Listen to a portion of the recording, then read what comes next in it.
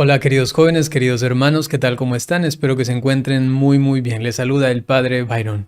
Me han pasado un video de TikTok donde un TikToker habla al respecto de María Magdalena y dice que la Iglesia Católica ha engañado sobre ella. Él tiene un nombre de perfil llamado Carlos Wyss y supuestamente, dice él, es un como investigador de lo paranormal y también un policía de la historia. Vamos a ver si nos arroja algunos datos históricos interesantes al respecto de María Magdalena y desde la visión católica, el estudio también católico de la Sagrada Escritura, de la historia, pues dar una respuesta a lo que él acusa a la iglesia. Vamos a ver.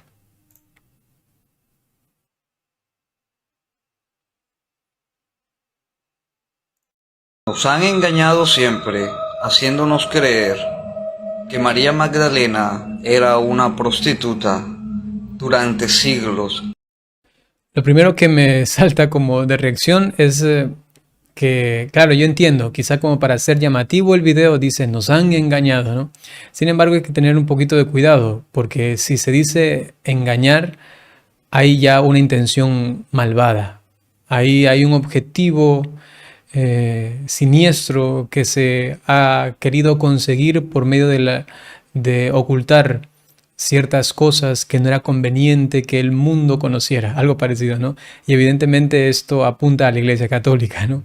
Entonces sí, me parece que en ese primer puntito no es del todo objetivo. Entiendo que a veces se hacen los videos, digo, con primeras palabras sorprendentes, sin embargo, no se puede sacrificar la verdad y también la honestidad de la búsqueda de la verdad con palabras llamativas, ¿no? Solo por decir algo al inicio. Solamente porque el Papa Gregorio I en el año 591 la declaró una prostituta redimida. Ya, primero no fue una declaración oficial, segundo fue una homilía, sencillamente. Sabemos que cuando el Papa habla en una homilía no es una cuestión dogmática, sino que inclusive puede ser hasta una reflexión personal, hasta opinable, ¿no? Y a veces hasta se pueden equivocar. Eso en cuestiones de homilías, entonces lo tenemos muy claro. Entonces sí, ahí dice algo cierto él, que desde los primeros siglos del cristianismo había una concepción de que María Magdalena se identificaba como una sola persona, la cual abarcaba a esta, María Magdalena, a la mujer pecadora que fue perdonada por Jesús cuando le unge, y también a María de Betania. Entonces María de Betania, la mujer pecadora, y María Magdalena unificadas en una sola persona. Así se ha creído en alguna corriente de la Iglesia Católica, sobre todo en Occidente. En Occidente. Sin embargo, en Oriente, en cambio, se distinguían y decían son tres personas distintas: María Magdalena, María de Betania y la pecadora. ¿Se entiende?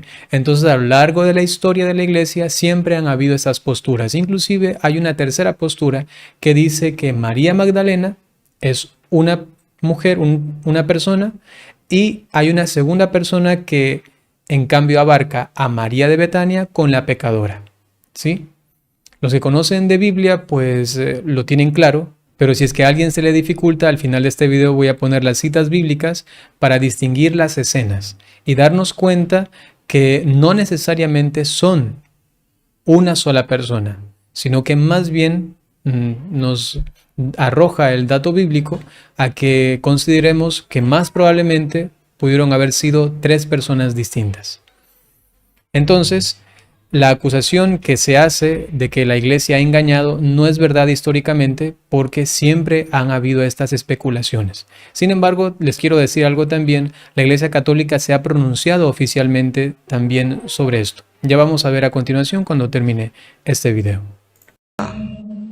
Era una lucha por el poder cuando estaba Cristo en la tierra y él le revelaba sus secretos a esta mujer, María Magdalena, la discípula amada. Aquí ya me va bajando la calidad del video. Buah, qué mal. Porque ya veo que viene más con una especie digamos así, influencia de el código Da Vinci y todo esto, ¿no? Que María Magdalena es realmente la discípula amada y no Juan, ¿no? Ay, qué pena. Y también con esto de lucha de poder, normalmente de allí se especula que María Magdalena supuestamente era la que ha liderado realmente el cristianismo. Ella era como, supongamos así, la papisa, pero que como había lucha de poder, Pedro no quería que ella sea, bla, bla, bla. Cosas que no tienen realmente ningún fundamento histórico. Y ahí sí me da un poco de vergüenza ajena, ¿no? Porque supuestamente él hace un análisis histórico, ¿no? El policía de la historia, pero aquí ha fallado en este punto, ¿no? Pedro se encolerizaba mucho por esto. Fue una mujer adinerada, recuerda que derramó sobre Jesús un frasco de perfume que solamente lo tenían los ricos de esa época. Oh, no puede ser. Aquí también él comete un error, o por lo menos solamente contempla una interpretación. Él está identificando a María Magdalena con la pecadora. Él está identificando a María Magdalena con la pecadora que derramó el perfume. O quizá la está identificando con María de Betania, que también hizo otra unción. No sabemos. Pero está solamente brindándonos una interpretación. ¿Me hago entender? Entonces también falta un poco más de ampliar la información para saber que hay algunas corrientes interpretativas, pero que digo, a nivel de la Iglesia Católica, nosotros ya tenemos una postura. Vamos a ver cómo termina el video. Y fue la mujer que lideró el cristianismo cuando Cristo murió. Sígueme. No, eso no es verdad. Fue parte importantísima, sí, de la primera evangelización. Santo Tomás de Aquino la llamó la apóstol de los apóstoles, por el hecho de dar testimonio y dar el mensaje de la resurrección. Eso sí, es algo grandioso, ¿no? Y todo el papel que seguramente tuvo durante toda su vida. Una mujer tan tocada por Dios. Pero de allí a decir que ella lideró el cristianismo, pues hay que leer solamente los Hechos de los Apóstoles, ¿no? Y la historia de la iglesia en general. Wow, eso por un lado. Listo, quisiera en ese momento hacer la explicación de por qué la Iglesia Católica ha determinado lo siguiente. Atención, voy a mostrarles un documento de la Iglesia Católica que habla al respecto. Tenemos aquí: Congregación del Culto Divino y la Disciplina de los Sacramentos. Decreto sobre la celebración de los santos Marta, María y Lázaro en el calendario romano general. En la casa de Betania, el Señor Jesús experimentó el espíritu familiar y la amistad de Marta, María y Lázaro, y por eso el Evangelio de Juan afirma que los amaba. Marta le ofreció generosamente hospitalidad, María escuchó atentamente sus palabras, y Lázaro salió rápidamente del sepulcro por mandato de aquel que ha humillado a la muerte. La tradicional incertidumbre de la Iglesia latina sobre la identidad de María, la Magdalena, atención, ¿no? Entonces la Iglesia reconoce que no había una seguridad al respecto de si se unificaban estas tres mujeres o si era solamente una, básicamente, ¿no? Entonces dice la tradicional incertidumbre de la Iglesia latina sobre la identidad de María, ya sea la Magdalena, a la que se le apareció Cristo tras su resurrección, la hermana de Marta, también llamada María de Betania, o la pecadora a la que el Señor perdonó sus pecados, que motivó la inscripción únicamente de Marta el 29 de julio en el calendario romano, se ha resuelto en estudios y tiempos recientes, como testimonia el actual martirologio romano, que también conmemora a María y Lázaro en este mismo día. Es decir, que la Iglesia ha hecho una investigación, ha estudiado para determinar históricamente, bíblicamente, quién es ella realmente, y entonces ha resuelto en lo siguiente. Ha resuelto que María Magdalena es una mujer, una persona, y María de Betania es otra. Hasta aquí ya hay un decreto, digamos así, oficial de la Iglesia según la postura interpretativa. Dos mujeres distintas, María Magdalena, María de Betania.